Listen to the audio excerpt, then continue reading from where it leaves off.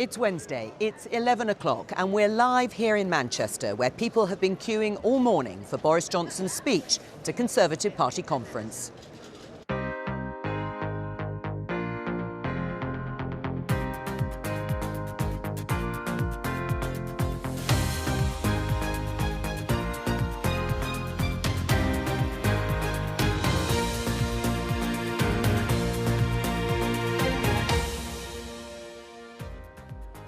Joining me, Care Minister Gillian Keegan and the FT's Whitehall editor Seb Payne.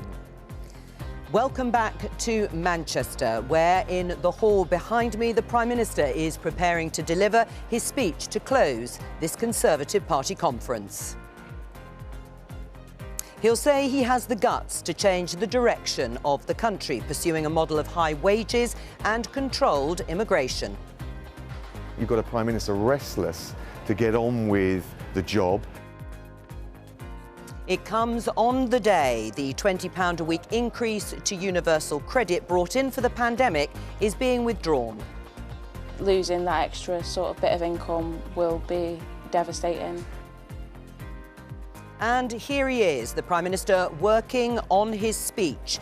We expect him to take to his feet in about half an hour's time, and the speech to be anything between 45 minutes and an hour long.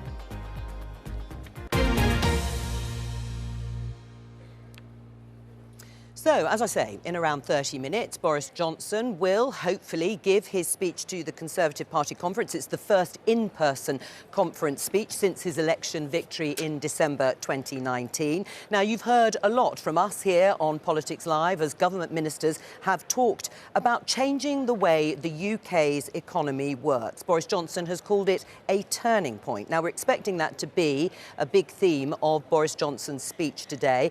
Let's have a look how some of the papers are covering it. We can start with the Telegraph, which says that the Prime Minister, I've got the guts to make us a high-wage country. Let's have a look at this headline in the next paper, which is the Yorkshire Post. Johnson to explain how he plans to level up the nation. Yes, more talk about levelling up, also a constant theme of this government. And finally, the Financial Times, Seb Payne's paper, says Johnson steps up battle with business over immigration. All right, well, that is the scene for this speech, Sebastian.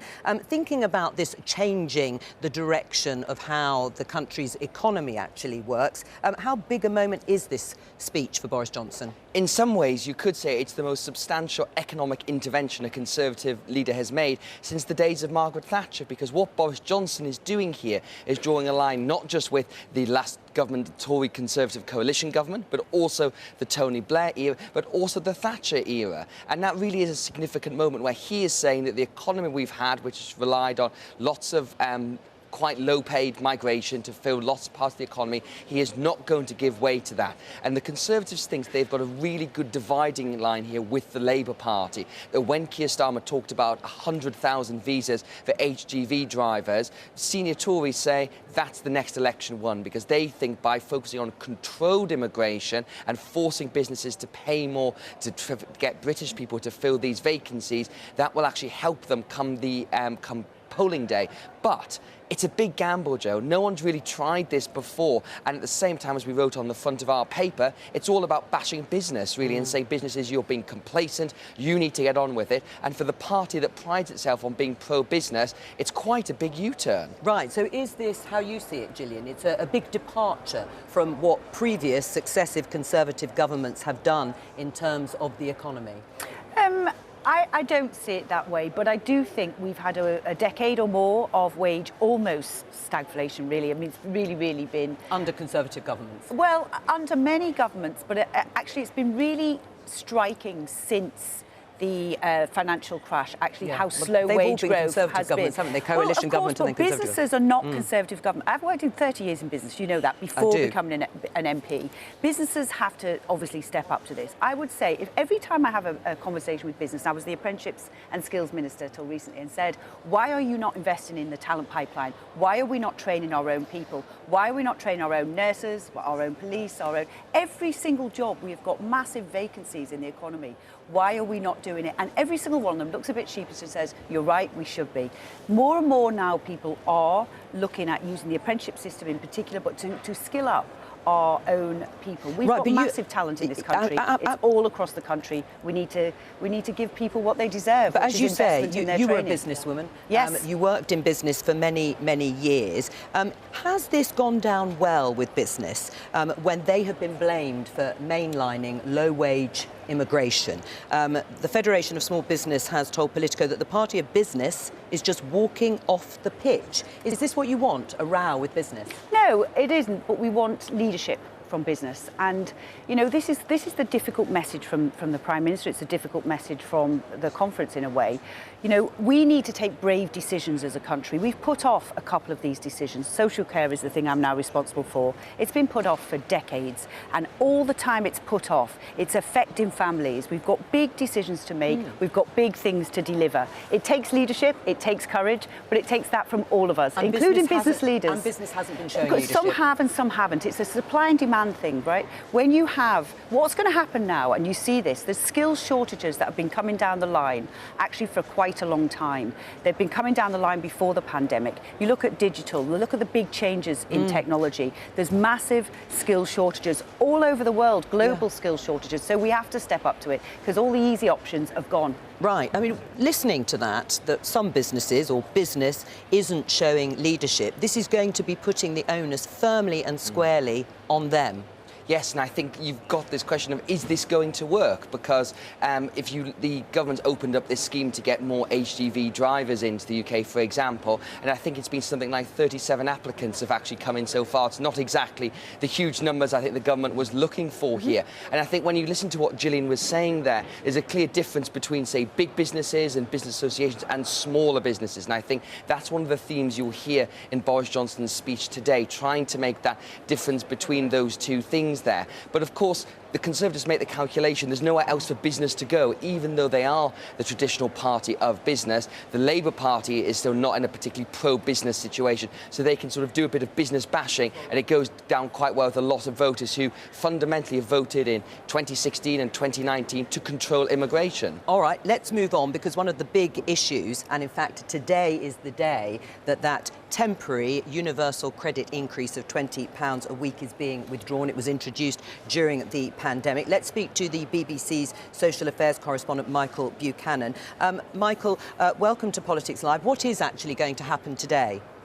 Well, legally today is the day that the change comes into force, and this will see about 5.8 million people on universal credit. They will lose £20 a week that was introduced, £20 a week top-up that was introduced at the beginning of the pandemic in March 2020. A lot of people on universal credit will have been receiving messages over the past few days and have been receiving messages over the past few days, week or 10 days or so, telling them this was going to change just because the way that universal credit is paid usually in monthly instalments. The think tank, the Resolution Foundation, have described this, have calculated this to be the biggest overnight cut in the history of the welfare state, and they say that on average people will lose about 10% of their income. To put it in context, what's going to happen now is that if you're a single unemployed person aged 25 or over, your basic payment will now be just under £75 a week. If you're under 25, it will be just under £60 a week. And the international comparison for that, according to the Institute for Fiscal Studies, is that these are some of the lowest benefit rates of all Western economies. Michael, I'm just going to interject here because I think we can show our viewers and our guests pictures here, beautiful sunny morning in Manchester, of Boris Johnson, the Prime Minister, with his wife, Carrie Johnson, making the short walk from the Conference Hotel, the Midland Hotel, to the auditorium here, where I have to say people have been queuing up all morning to get their place in a different hall, actually, than the one you will have seen this week, where other members of the Cabinet and politicians have been giving their speeches. There is a bigger stage that has been set up, also behind me here and where we are sitting, but to the side of this main conference centre. You saw pictures, of course, of the Prime Minister there putting the finishing touches to his speech. As we're told, it's probably going to last up to an hour, starting in about 20 minutes' time, when he takes to his feet to talk about some of the subjects that we have been discussing here. He's been on a run already this morning, Prime Minister, but obviously dressed and ready to deliver that speech. Let's go back to Michael Buchanan. Apologies for interrupting there as we were showing the pictures of the Prime Minister and his wife. Please continue saying what this will mean for families who are going to lose that money, that amount of universal credit. Yes, so it will mean a cut of about £1,000 a year to those people on universal credit who got the top-up in March 2020. What's interesting about this particular cut, and there have been a number of changes in welfare policy over the past 11 years in particular of Conservative-led government, is that with the previous changes there has often been quite a healthy debate about whether it's a good idea or a bad idea, whatever the government of the day was proposing. What's interesting about this particular change is that virtually everybody who has looked at it, everybody who's got any credibility, has looked at it and says this is a bad idea for it to happen at this particular time. And part of the context for that is, of course, there have been benefit freezes between 2016 and 2020. That is calculated to have cost people somewhere in the region of £2,000 in terms of their income falling behind costs in the economy. So because of what had happened previously and because of the timing of this, there is a feeling amongst charity organisations and indeed amongst a number of Tory MPs that this is the wrong move at this time. Michael Buchanan, thank you very much for joining us. Gillian, I'm just going to show you and our viewers the Daily Mirror front page, the headline. It says, no alternative. That's something Boris Johnson is saying to what is happening in terms of that increase being taken away. And the Mirror is saying, no heart. Tories' day of shame. Look, the Joseph Rowntree Foundation says this could put 500,000 people into poverty. You heard what Michael Buchanan was talking about, the impact on so many families. Is this really why you came into politics, to put people into poverty? No, not at all. I came into politics to put them into work, to have fantastic opportunities, to be able to get on in life. You know, we've said all along this was temporary. It was temporary to cope with the uncertainty of the economy during the pandemic. As we've got to this point now, what we find ourselves in is the fastest growing economy in the G7. We've got 1 million vacancies as of today. But these are macro figures, aren't they? These are figures these that things are all not across even, the country. Absolutely, No, but they are across the country, But Joe. you know there are families that are dependent now on that. And we don't want them increase. to be dependent on universal credit. We want them to get great jobs. Right. So is this the right time to be taking it away until they get those great jobs? There's a lot of support to get jobs. Right now you can go onto the Find an Apprenticeship site. You'll find vacancies everywhere. Really great jobs. You can go anywhere. And people are fighting for labour, which is why the wages are rising. But in the meantime, they'll be put into poverty. I mean, no, that's why we put the £500 million welfare package in place. It is not our intention that anybody is put into desperate situations. So we saw the councils who helped all the way through the pandemic. They know who the hardest to reach people are. They know the people who need the most support. We've given £500 million to them, as we have various times during the pandemic, for that extra support. There's, of course, also all the other welfare support that goes on as well. It's not just, as your reporter was saying, that the top line. There's all kinds of help with bills, there's help with food for kids, there's help with childcare. Right. There's a lot of support, and a lot of support to help people into work, including training.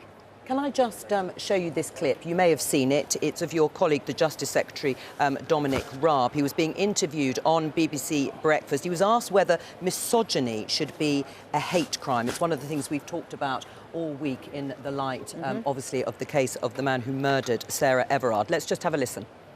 So I think insults and misogyny is, of course, absolutely wrong, whether it's a man against a woman or a woman against a man. Now, he seemed to be making an equivalence there between insults against a man and misogyny against a woman. Do you see an equivalence? No, but I think it's one of those things that you have to kind of tiptoe around. You know, there's a lot of people who kind of try. Well, there's a lot of people who, when you look at actually what would it mean if you made it a hate crime and what would the implications be? It's been discussed many times actually in Parliament. It's been called for by a number of people. I think the most important thing is to focus on improving the existing processes that we have for handling these crimes, most of which don't work. You've looked at the figures for rape, the figures for prosecution. So we need to make sure that our police and prosecutors and all of the processes we have are up to standard and they work well. But do you think, you just said you didn't think that was true? I didn't actually say that. Let's just be clear. I didn't want to delve into because I actually don't even know what he was saying. He's a member of the Cabinet. He was asked about something very important. The government is looking at it. It was a very serious case, as you know. And he said, you know, we don't want to, or legislate in a hurry. Insults to men are wrong and misogyny against women. he seemed to be making an equivalence. No, I think his most important point was we don't want to legislate in a hurry. And when you look at the detail of what this legislation, if you legislated for it, what it would mean in terms of processes and some of the things that could get caught up in it, it actually is quite complex. So legislate in a hurry for something that sounds as though it's easy to do, things that are easy to do we would have done already. No, they're not. But what he's saying is effectively, we want to do it properly and we want to do it carefully. Gillian Keegan, stay here. Laura Kuenssberg, the BBC's political editor, is here. Of course, we've only got about 15 minutes until that big speech. We do. And we've just seen him and Carrie Johnson get into the speech. They're in a much bigger hall, of course, haven't they? They've had to construct something bigger for him. Yes, there have been quite a lot of wisecracks around the conference, including by some ministers who had their own time on postage stamp-sized stage about the fact that the Prime Minister is going to have his very own extremely large stage. Take from that what you will, but that's certainly been used as a metaphor, actually, by quite a lot of people this week. And in a way, it is actually, because Boris Johnson, the sort of size of his personality, all of those years that he came here as this sort of conference darling who would come here, stir things up, cause some trouble, perhaps, cause some difficulties maybe for the leader of the day, all those years when he had his eye on this prize. And today, because of COVID, is actually the first time that in person he will sort of lap up that prize, that having won a huge majority for the party that he wanted to lead for so long. And in a funny way, I think we do have to see today in that context of the length of time that the pandemic put on everything and that real kind of depression that it did to all the things that the government wanted to do. And that's really, I suppose, the story they've been trying to create this week, that this conference is sort of line in the sand until, COVID still with us in the rear view mirror. And this is now a sort of big moment of opportunity. And a big moment in terms of economic themes. Absolutely. And the substance of what we've been talking about on this programme all week with government ministers like Gillian Keegan, this idea of a turning point in the economy to some extent, distancing himself, seeming to really criticise the dither and delay, as he called it, of his predecessors, Conservative predecessors. Indeed, absolutely. I mean, without naming them, but, talking about the old, tired, failed economic model. Well, who's been in charge of this country for more than a decade? His predecessors, Conservative Prime Ministers, David Cameron and Theresa May, have been in charge of that economic model. He himself was a Conservative mayor under that economic model, was a Conservative minister under that economic model. But I think, in a way, Joe, what we've seen actually in the last few days, how he's been trying to sort of weave that critique together, is a sort of classic bit of Boris Johnson politicking, where you go, well, here are some things that are all quite tricky. Issues with wholesale gas prices, issues with supply chains, issue with this sort of rush back after COVID, issues with Brexit. What does he do? What would his backers say is his political skill? Is he weaves that into a narrative that he thinks will play well with the public. And of course, every time business says, well, that's a bit harsh, every time there's a row, what does it do? It gives Boris Johnson another opportunity to make his case. And the public again then hears him say, I want to move on. I want to get rid of this country's reliance on immigration. And of course, politically, for him, that is job done. Right, and I mean, it is against a backdrop, as we were talking about the universal credit cut, or getting rid of that increase, rising energy prices, queues at petrol pumps, empty supermarket shelves. How does that stack up with your new vision for the economy? And well, the petrol pumps is an interesting one, because actually that was obviously big news. But now, let's be honest, it was a very short-term disruption caused by a number of things coming together at once. No, I don't think it. I'll see on the way back, because I'll be driving back tonight. But I think from what I hear, it's very much eased. There will be some short-term things. We've got the dislocation in the global economy as a result of the pandemic. People who just expect all these things to just click back into action straight away, particularly if you have panic buying or surges in demand, either because of consumer behaviour or whatever. We do have to deal with these. What you can't do, you've got to hold your nerve in these cases. We know that we have a huge opportunity. We're the fastest growing country now out of this pandemic. We've got a huge opportunity, hugely talented people. We need to seize this moment, and we do need to get on with the job and really deliver on all the things we came here for, which wasn't, to be honest, just dealing with the pandemic, which I think, we are now looking as though we're through the worst of that. All right, well, I'm going to seize the moment, because I know both of you have got to leave here, unfortunately, and go and take your seats in the hall behind me. So thank you very much, both. both to Laura Kuenssberg and the Care Minister, Gillian Keegan. Now, Laura actually mentioned earlier that in conferences past, Boris Johnson was often a thorn in the side of the would-be then leaders of the Conservative Party. Now, there is some flash photography coming up in the film we are about to show you, and we've put together, if you like, a montage of some of those past conferences and Boris Johnson and how he was greeted down the years. Let's have a look.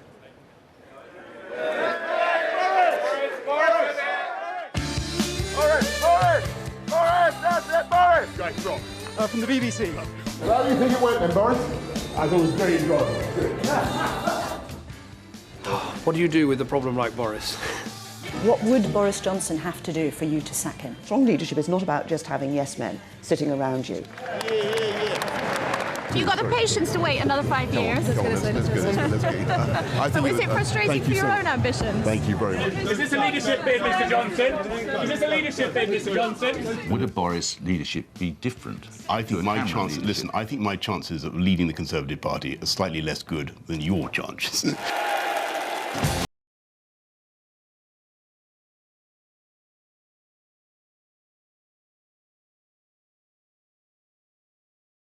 I was just revving up.